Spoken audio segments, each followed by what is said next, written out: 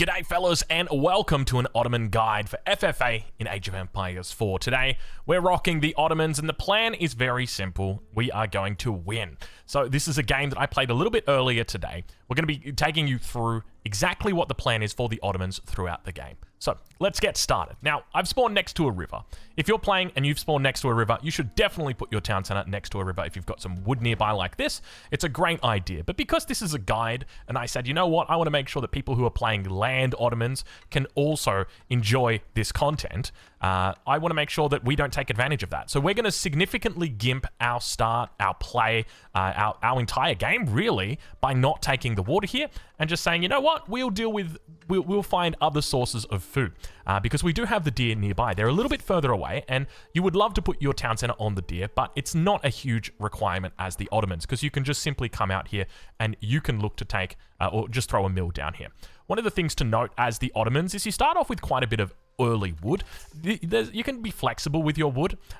So normally you wouldn't go for a military school. You just kind of play it standard. In 1v1s, we see military schools all the time because 1v1s have things that you can rely on, right? Like I always know I'm going to have stone close by to my town center. I always know I'm going to have a straggler tree close to my town center. Whereas in FFA, you don't always know that. So you can focus on getting up to feudal age just off the resources that you've got. But I say, you know what? We're going to mix things up a little bit. You want to know why? Because we have just seen that we've got the red player that is somewhere in our vicinity. And the red player is quite a good player. That's not actually me. I'm orange, even though our names are 3 syllables or 3 symbols long. So I said, you know what? We're going to try and find him, see where he's up to or what he's up to.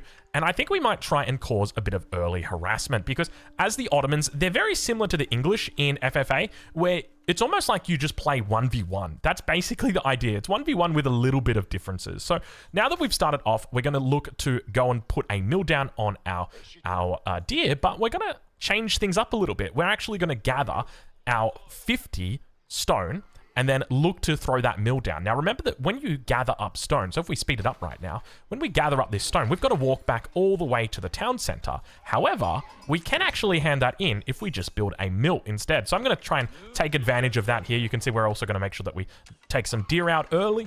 And this 50 stone is going to get handed in at the mill.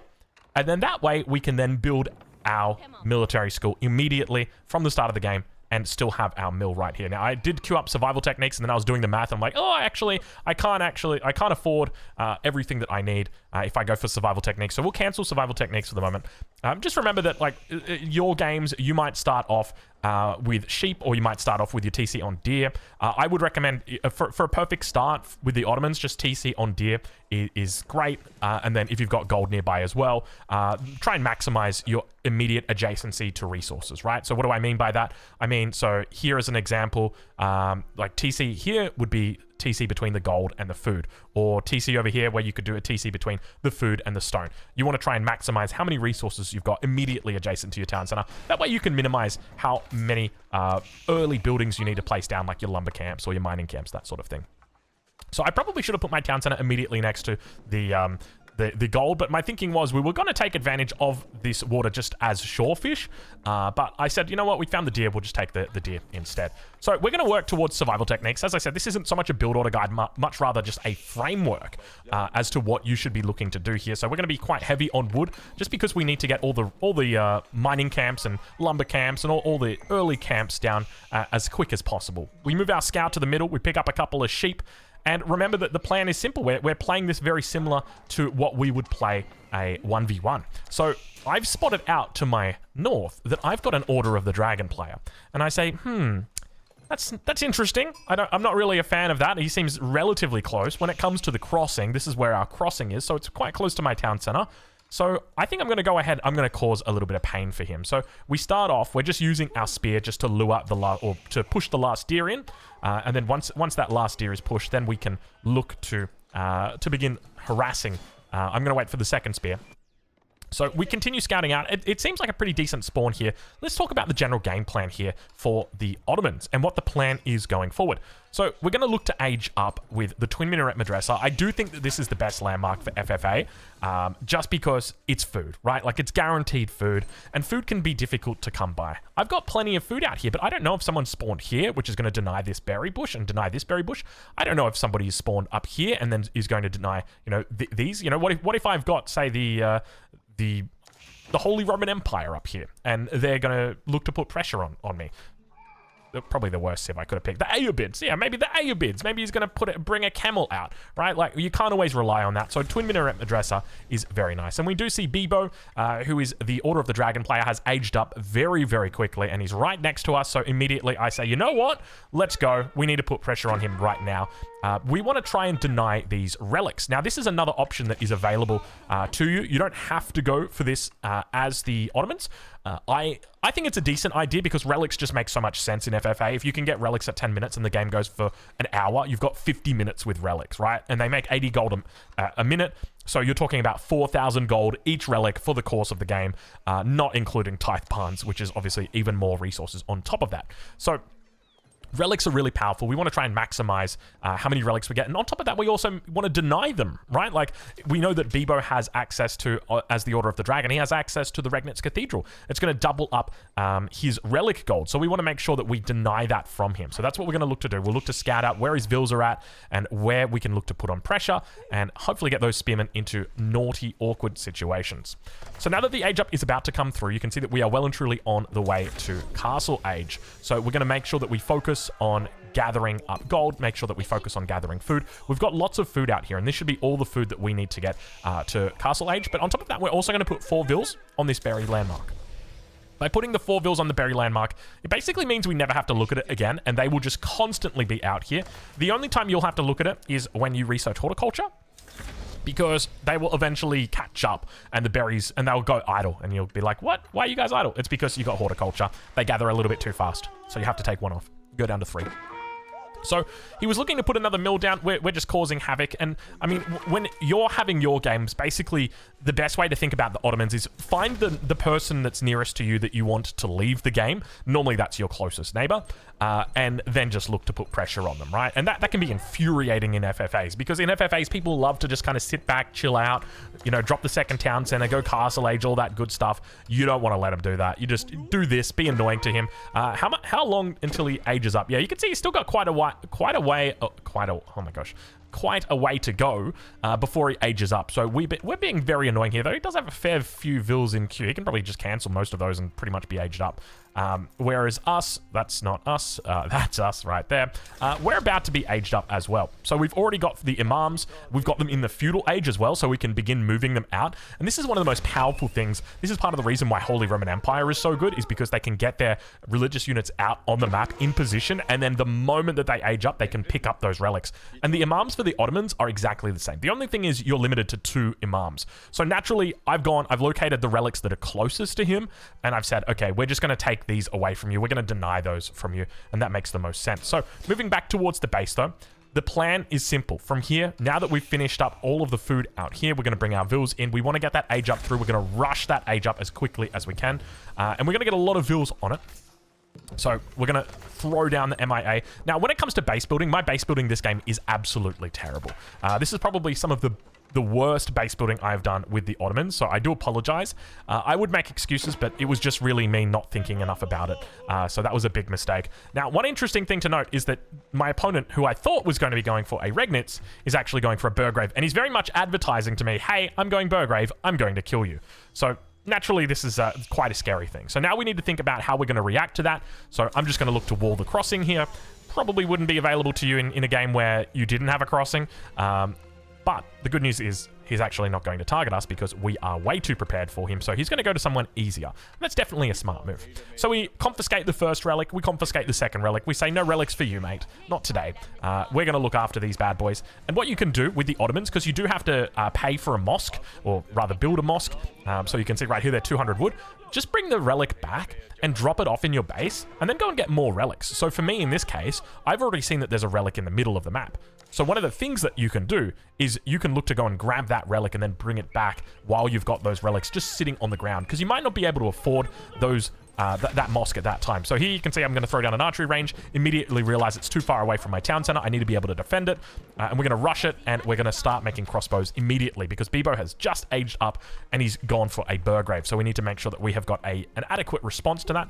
So we want to go, generally the idea is we want to go crossbow, spears, and men-at-arms. That's pretty much it. You can start to mix in Janissaries once you've got a little bit too much gold, but generally that's going to be the rule. Now, I leave the relic here at the gate because my thinking is this. If he tries to push my gate and tries to siege it down, I'm just going to wallaloll him with my relic. And then I can just pick up the other one and then wallaloll again. And that buys me a little bit of time. I can bring this guy back, do another one, you know, kind of rinse and repeat it. But now that we're in Castle Age, what's the plan from here? Well, it's pretty much similar to 1v1. The only difference is here, we only just stick to 1 TC. That's it. We're just going to play 1 TC and 1 TC only, and it makes it really simple to play the Ottomans. Because here you go 1 TC, you make your military schools. So I wait until Castle Age before I make all of my military schools. I like getting one early because it means my imams come out a bit sooner. And we spot out where all the enemy players are. So you can see we've got 1, 2, 3, 4, 5, 6. 7th is over here with his king. So these two are quite close to one another. The two Chinese players or two Jussi legacy players right next to each other. Down on the south, we've got the other Ottoman player. We've got the Ayyubids, and then we've got the Japanese. So we need to be very careful about how we go about choosing our target. So my target here is still definitely pink. He's too dangerous to be left alive. But one of the things I'm thinking about is yellow. Yellow is all alone over in this corner. There's nobody to really challenge him. He's not close to anyone. So that is in the back of my head that maybe we should go kill this guy. But one thing to note though is yellow does like his walls. He likes his walls a lot. And he likes his walls so much he's just going to start stonewalling in the feudal age. So yeah. One of those things to just be aware of if you're playing against somebody. Beautiful little base building though that he's got going on here. I do like it. Well done, Nike. Keep it up. So now that we've made it here, the production starts to come down. So I like to just start off with 2 archery ranges and 2 barracks. You typically want to be balancing your economy with more vills on food, because you're going to need a lot of villagers on food, and we spot all the Jukunu out right there, but you're going to need a lot of villagers on food, because when you think about the units that we're making, right, we're making men-at-arms, which are very heavy on food, 5-to-1 cost ratio, and then we're making crossbows, which are 2-to-1. So once again, we just want lots and lots of food coming into our coffers. Gold, we'll be able to get some of that from relics. You can just go and take the sacred site as well. Don't be afraid to just go take the sacred site, and if people call you out for it, just say, hey, just go decap it. It's free gold. It's free real estate. It's very rare that people will actually come and kill you because you've got the sacred site. It's much more likely that they'll just go and put a scout on it or something and decap it. So that's definitely something that you should look to utilize. So now that we've got the last of our production up, so I normally go for my 2 production buildings, or 4 production buildings rather. So I go for 2 Raxes and 2 archery ranges, then I start adding in my military schools as well. You don't want to do your military schools first and then do your Raxes, even though it might make sense, just because I think it's much better to have that safety net once you reach castle. MIA, always keep that bad boy on mangonels until Imperial Age, at which point switch it over to Great Bombards. Very, very powerful. And yeah, we're just going to continue adding in more units. And we just kind of chill at this stage, right? Like, it's very simple. So here I saw that his king was over in the corner, and it was just kind of like chilling out. So I was like, let's go say good day to his king. And see what we can achieve. The truth is, though, getting behind here was always going to be tough. I mean, we could come up this way, siege through here, then go through here, but he always just had a way down to bring it down. In fact, I think he does, yeah, he brought his king back down into the town center, but he does have a nice little pathway that he can get through up over here.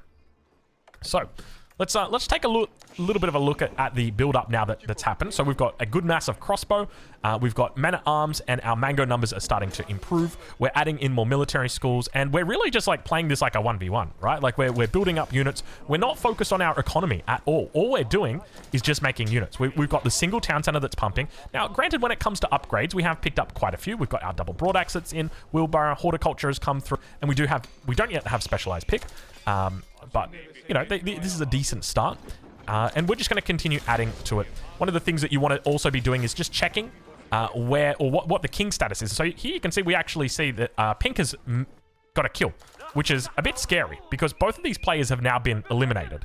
So I think it was red that eliminated green, and then pink that eliminated red, and now orange is going to come along and eliminate pink. So that's the game plan, essentially. The problem is that these guys, you know, it would have been really nice if it was these two down here that got eliminated. We want people to stay alive that are near us because then we have the opportunity to kill them. So Bebo's going to come and try and attack us. We're going to greet him. We're going to say, hey, Bebo, how you doing? We got triple mango threat. Now, keep in mind, these are gilded men-at-arms, so even though it doesn't look like it's a big army, it is a big army. That's 32 military population right there, and we're on 42. Well, we're not on 42, we're on 42 units, but we're probably closer to about 50. So we're going to start adding in production. Now is when we want to start thinking a little bit more about Janissaries. You can think about them in Castle Age, or you can think about them in Imperial Age. It's really up to you and the resources that you've got around you.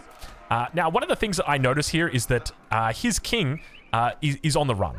And I get a little bit concerned about that because I've got infantry. There's nothing I can really do about it from this angle.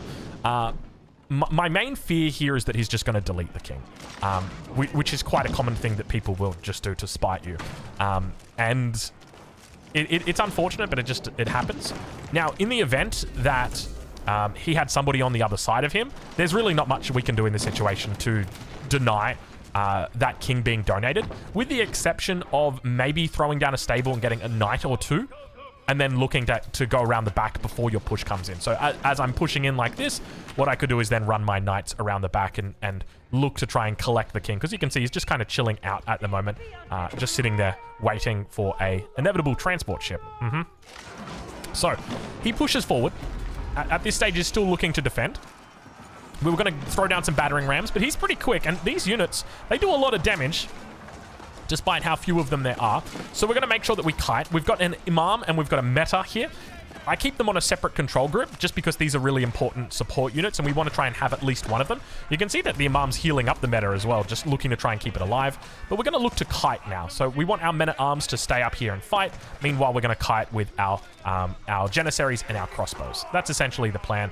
The numbers are starting to look really good. Now, Sacred Site, once again, it's been taken by purple. We're just treating it like a hot potato at the moment. You know, anybody want to take it, just go and take it. Feel free to deny it, all that sort of stuff. Now, purple's actually in a really good spot. Have a look at this. He's got 1 TC, 2 TC, 3 TC. He is booming like an absolute madman. He's on 83 vills. He's also got a pretty big military. Jeez, I didn't even realize purple was popping off down here. So he's gone Yorishiro into the stable to start with. No wonder he's doing well. I think the Japanese are quite similar to the Ottomans as well. I think there's definitely starting to be different styles that we're seeing develop in FFA. It's not always just, you know, 2 towns and a fast castle. All right, so we've fallen back. We've decided, okay, we're going to need some battering rams. Now, this is where it really starts paying off the Ottomans, because we've had our military schools for quite a while now, maybe 5 minutes or so. We've got 4 military schools. They're all pumping out Janissaries. In fact, I should show you what I've chosen, and that's purple picking up a kill right there. So we've gone field work into military campus, down into advanced academy. I don't think fast training is good for FFA. I don't think it's worth it, so don't bother getting it. Instead, look to go into siege crews and then trade bags. Trade bags is especially good, and you want it just in case, I think. I think it's definitely one of those things that you want just in case. And what I mean by that is there may be opportunities for you to trade. There may be a person who builds a dock right here at the top, and then that gives you an opportunity to trade. Maybe you can go and set up a market down here in this corner. Hint, hint, hint. And then begin your trade. And you want to make sure that you've always got that there, because it's an extra 40% of resources. So, or extra 40% gold, which is really, really nice to have in the late game. So, we're going to start pushing on the Burgrave. Our forces are looking pretty decent. We're up to 21 Janissaries now. So we've definitely invested a heavy amount of resources into Janissaries this early on in the game. Our opponent is going to look to move north. We can see that they've got the second town center down. Meanwhile, down towards the south side, I mean, we've just got purple, who is just looking to run rampage over the top of everybody. What's he got right here? We've just got a whole bunch of mounted samurai. He's doing very well for himself down here, so well done, purple. Let's keep moving on here. So, I didn't even realize we're out here killing the dock. We just want to focus the landmarks, right? Is he close to aging up? Was he going for it? Not really, not really. I thought he might be thinking about going for an Imperial Age, because I noticed that he wasn't defending his landmarks. I was like, okay, he's got to have the Imperial Age coming through, right? And he's just holding out for a hero. But the truth was, no, he wasn't. He was just waiting until the very last second, because in the end it did die. And even though he did have the king in a transport ship, he never actually deleted it, so thank the Lord. He did just try to move it over to the other side, though, to keep it safe. So that was very, very fortunate. So we're going to come up here. We're going to pick up our first kill. It took a lot longer than what I would have liked. I would have much rather had a kill as quick as what Purple did, and then subsequently a second kill, just like Purple did down here. Now, where's the king? I don't see the king. Has the king moved on to greener pastures? We've got a town center here. Where is the king? Is he up in the mountains? Maybe he's got to be in an outpost somewhere, right? Can we watch Blue's perspective? Where's Blue's king?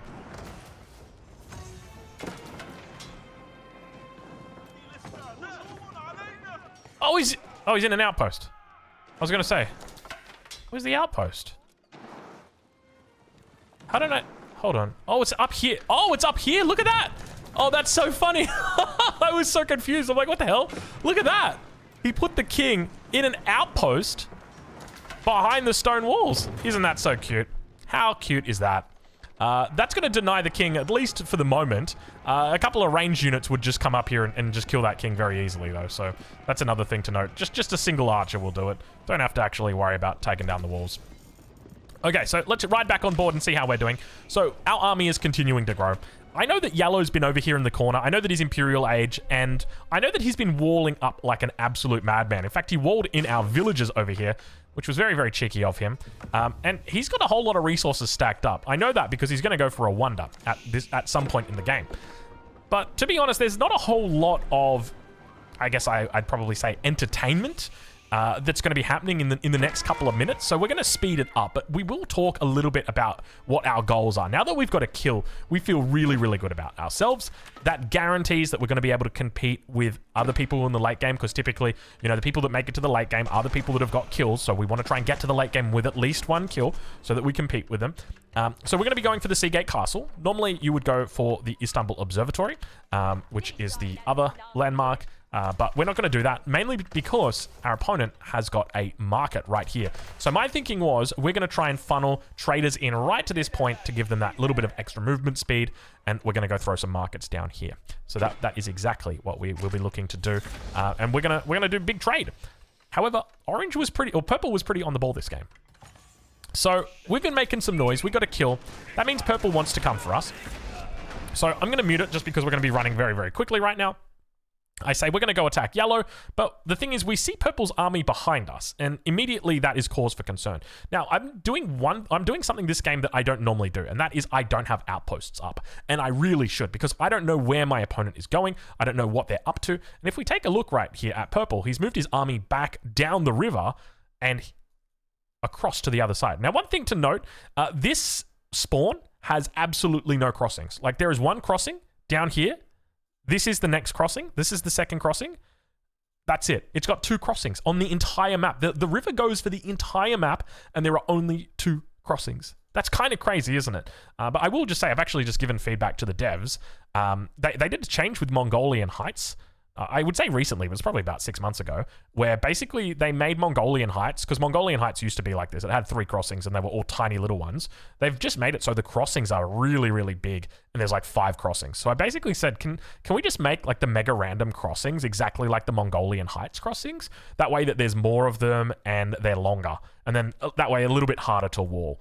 And then that will hopefully promote more healthy gameplay on mega random. Yeah. So hopefully we see that implemented in the next 12 months.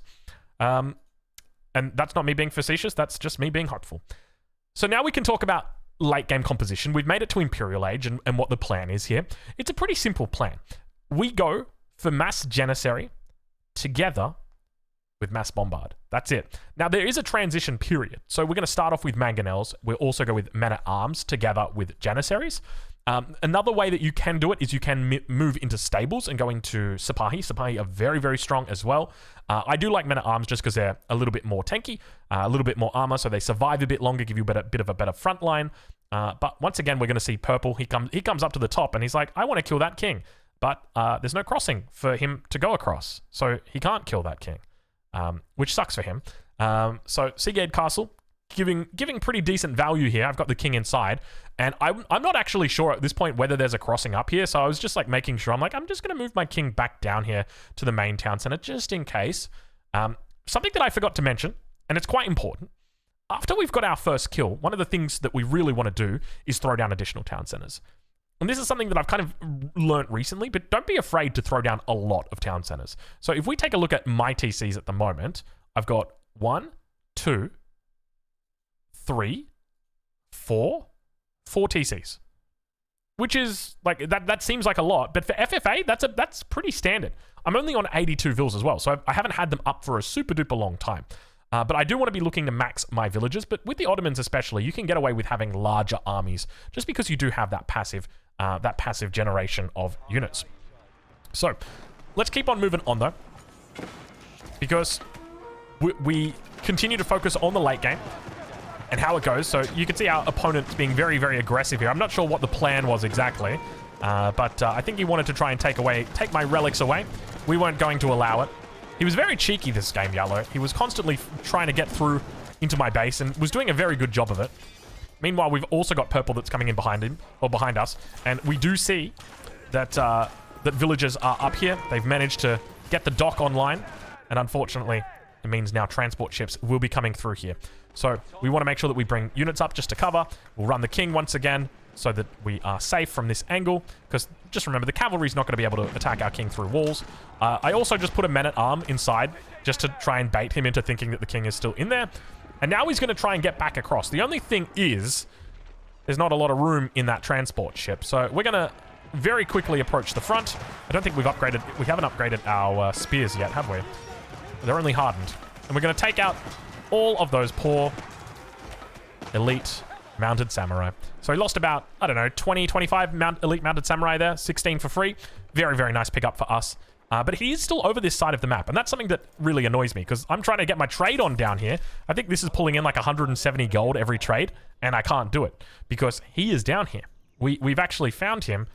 He's got villages over here.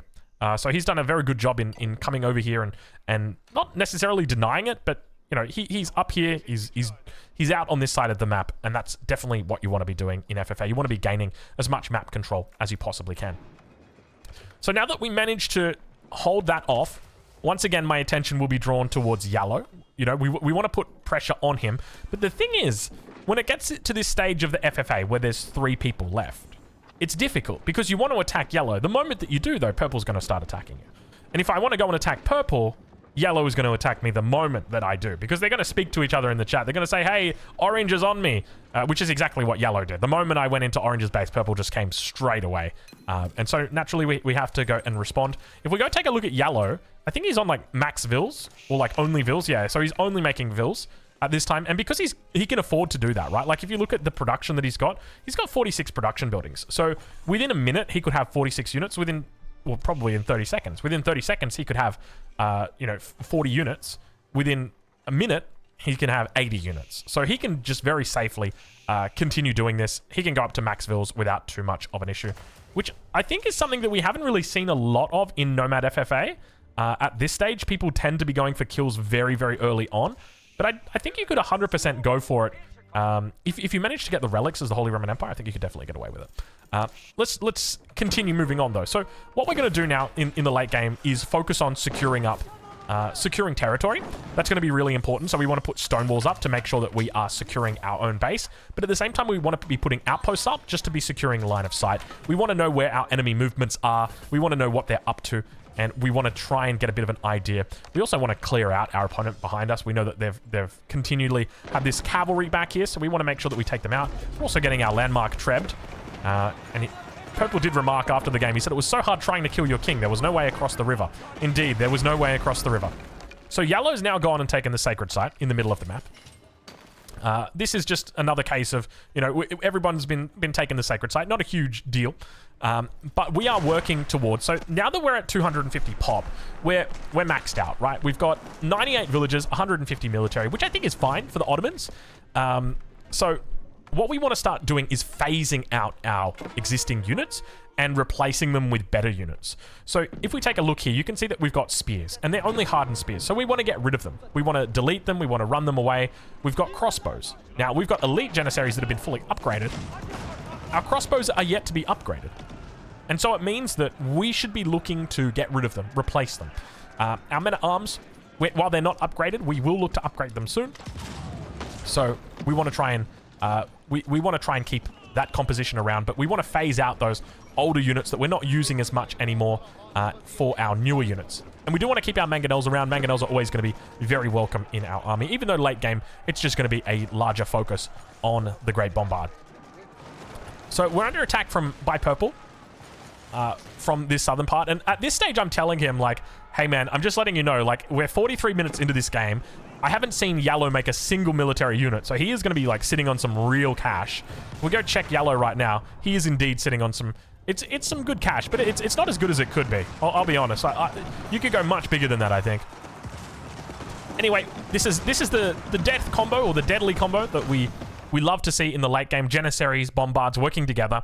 We'll speed it up a little bit here, because we obviously just rinse this completely. One of the things that I really like about the Ottomans is that they are very good against the Japanese and very good against the Holy Roman Empire and Order of the Dragon. So I think that from that perspective, it makes sense that this civilization would be an S tier just because they counter very good FFA civs. So yeah, it's very nice being able to go into these Janissaries, even though they're very gold heavy. One of the things that is important is controlling your army as well. We really want to make sure that we keep our Janissaries back. We actually want to let our Bombards do a lot of the tanking in fights. And we don't want to necessarily lose them, but we can afford to lose them because when it comes to our production, if we take a look, right now we've got three siege workshops, which means that we can just be replacing 3 Great Bombards all the time. Now we have a look at our units, or our resources, and a Great Bombard cost a fair amount, 800 gold. But we've got a lot of gold in the bank, and we can definitely afford to get more Bombards out on the field. So this is where it comes in that we're going to be looking to get rid of a few units. So from here, we'll just be making sure that we are replacing existing units. So you can see we've got 3 spears in queue right now. It's probably something that I just have failed to pick up or fix up. They should all be Janissaries. They shouldn't be spears. We should only be making Janissaries from our military schools. So we've got ourselves a decent little spot here. We're attacked over the river, and we're naturally just going to come over and look to hit it, but hold your horses just as we're fighting it out. And I'm telling Purple, go away, man. Like, Yellow's going to be crazy. Watch out. And we see that Yellow is now building a wonder. And so that is great because that is something to unite us. So, you know, that's a common enemy that Purple and I have now got. One of the things to note is you can always undercut with a sacred site, but I don't think it's worth doing unless you really think you can't actually take out the Great Palace. I know that Yellow hasn't gotten any kills, so I say to myself, you know what? I reckon I could probably just take this guy out solo. I don't think I would even need Purple's help, but if Purple does attack me, then I'm obviously going to die. So we need him on site, or we need him on side. So now that we've lost a fair bit of military over here in this big fight, so what we're going to be doing is looking to add in more Bombards here. So we've got some spears. We're just going to be deleting those spears and making sure that we switch over our military schools. You can see now we've got 5 Janissaries in queue, which is exactly what we want. And we just want to really start adding in Bombards. So you can see we've got 10 Bombards now looking to come out. So this is a decent amount of Bombards to have. I think the optimal amount of Bombards is anywhere between like 15 to 25 because you still want Janissaries on the field to be able to protect them and to be able to repair them. Because if you have too many Bombards, there's a chance that you can just get like overwhelmed. So there is such a thing as too many Great Bombards. But I think at 250 pop, which is like the stage of the game that you're at this stage of the game, you will have 250 pop, and this is where you should be looking. I think this is like the economy that you'll be having.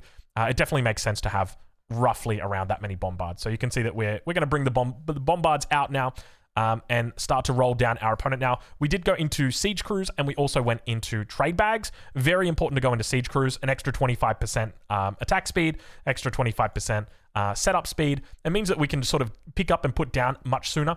Make sure you always keep your meta with your army as well and always have it on attack speed because while the armor is nice, it's very good in the early game, it's not so good in the late game when you've got these big units because, hey, 15% attack speed on an extra 228 damage is very, very nice, especially when that damage is also doing bonuses against buildings and infantry. So a really, really important thing to have nearby is going to be that meta. And to be honest, I probably don't have enough metas. I think I've only got the 1 meta, so maybe 3 or 4 is a decent idea. I've also got the Imam with my army because of field work. It provides 3 health in Imperial Age to all the units around here.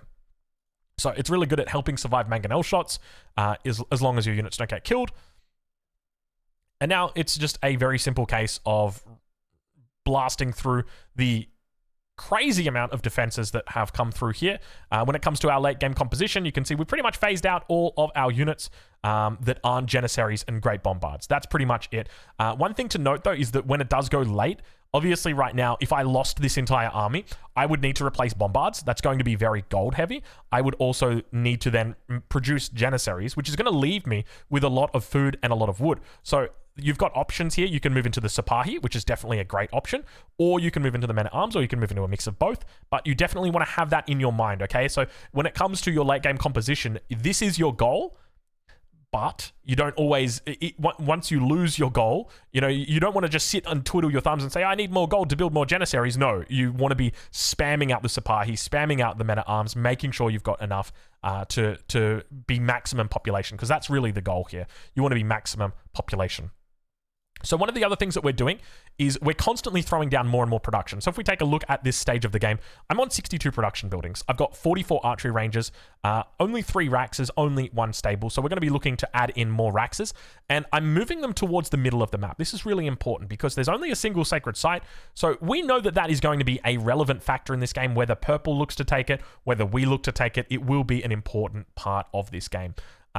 So that is going to be something that we want to do. And of course, we're moving closer towards our enemy as well every step of the way. Because while we are together here playing up against yellow, at the end of the day, purple's on 300 pop. He is definitely the main threat in this game. And we're just very fortunate that yellow has given us the opportunity to unite here and become essentially a kingmaker. Because if he gets the kill on yellow, that will put him to 350 pop. That will make him a king. Whereas for me, if I get the kill, that will give me 300 pop, and then I will be on par with him. That'll give me the opportunity to actually have a nice game. And you can see we lose the meta and the Imam immediately right there. We see all the mangoes on the high ground. He's got a huge amount of military. If we have a look right now, he's on 185 military. No resources in the bank, though. And the unfortunate thing is he's sending all of his units down to die. Which he should not be doing. He should be keeping them back here. We want to try and keep these mangoes on top of the hill, doing as much as they possibly can. At the same time, purple is also pushing along through the southern corridor and is doing a pretty decent job here. But just remember that when it comes to the late game, AoE is always going to be king.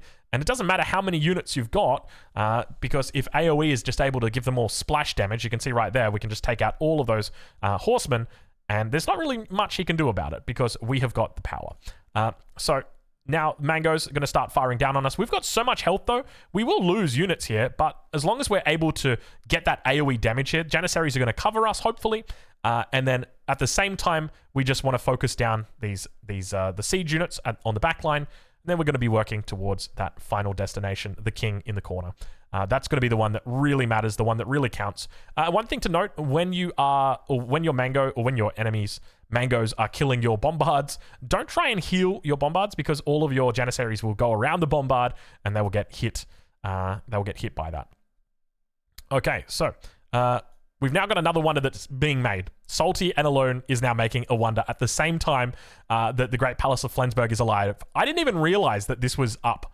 I had no clue that it was up at all. It wasn't until I saw in the top left-hand corner that it was there. So all I want right now, I don't want to kill the wonder. I don't want to kill the landmarks.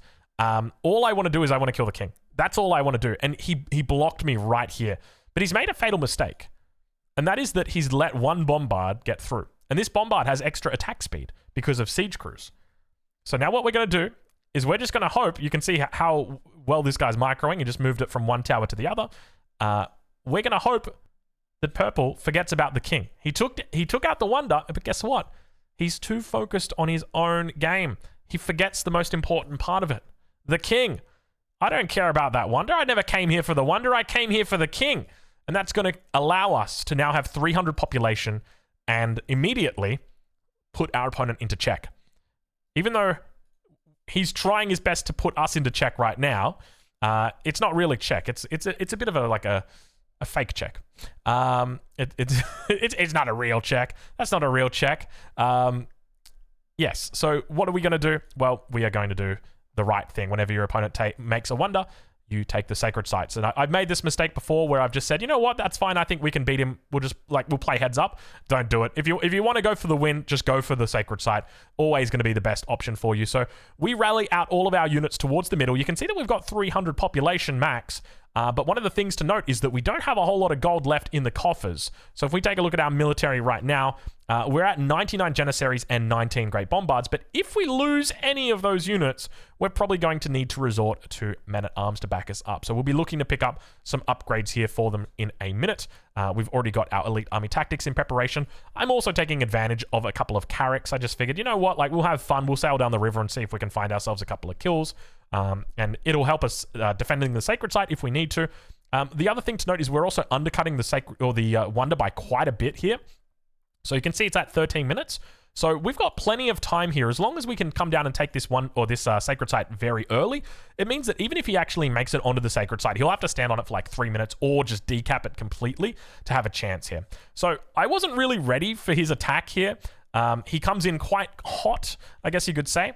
But we do the right thing. We pull the Janissaries back and we make sure that all of the Bombards are sitting back and prepared. And now you can see the reason why Ottomans are so good against the Japanese, the Holy Roman Empire, and the Order of the Dragon in the late game. All he's trying to do right now is to deny the sacred site, and he barely even gets on it. He technically does get on it.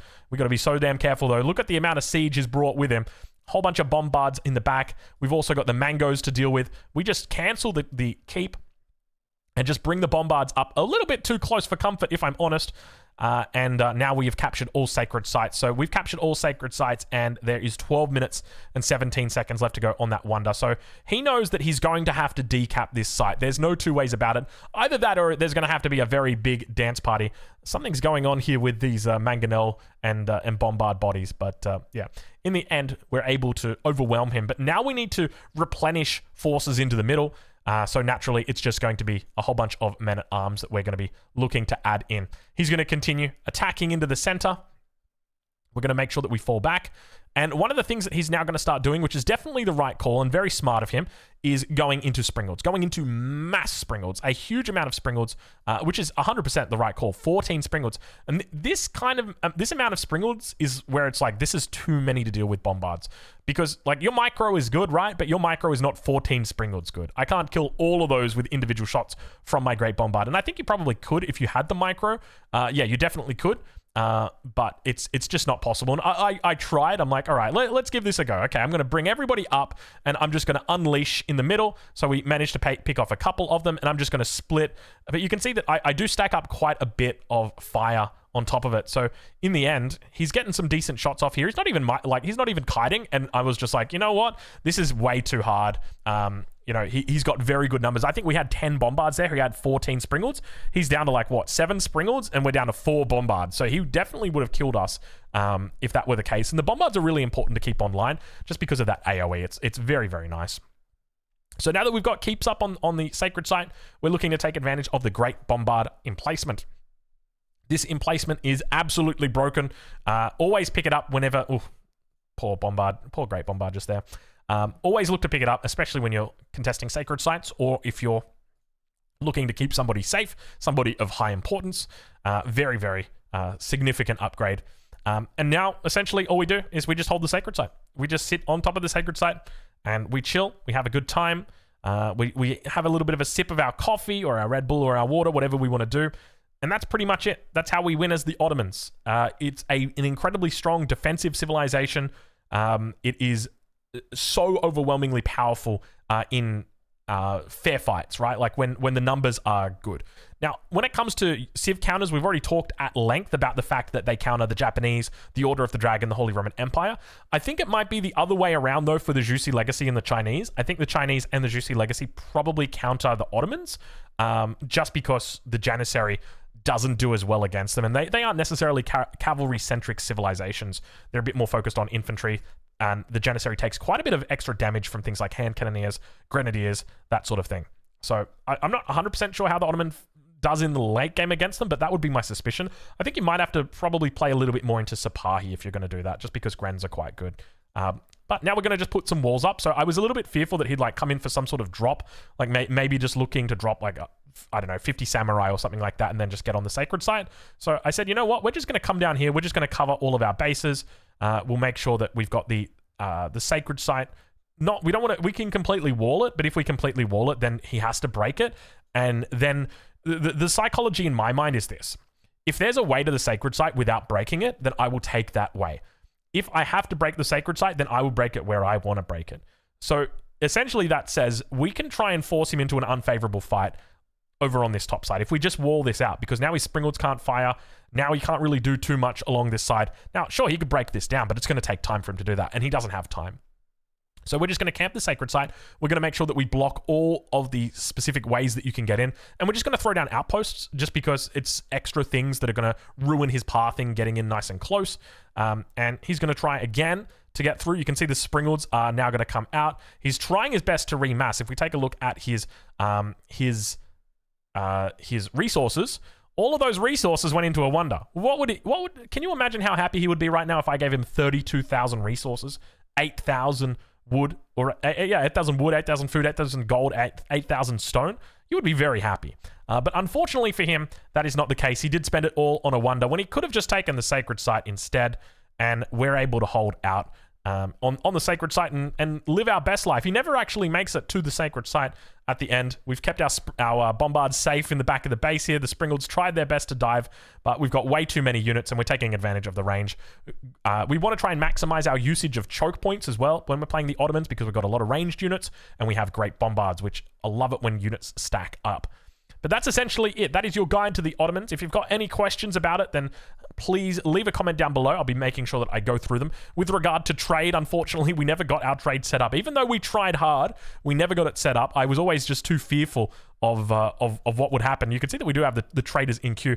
I think it was worth about 140, maybe 160 gold. I can't remember the exact number. It was a decent amount of gold, though. And the plan was that we were going to have them walk along this line at the top and then hand in. That way, they wouldn't sort of cut through the middle here. Unfortunately, it just never came to fruition. I probably should have focused a little bit. Like, all I needed to do was send 10 men at arms over there, and we would have been absolutely fine.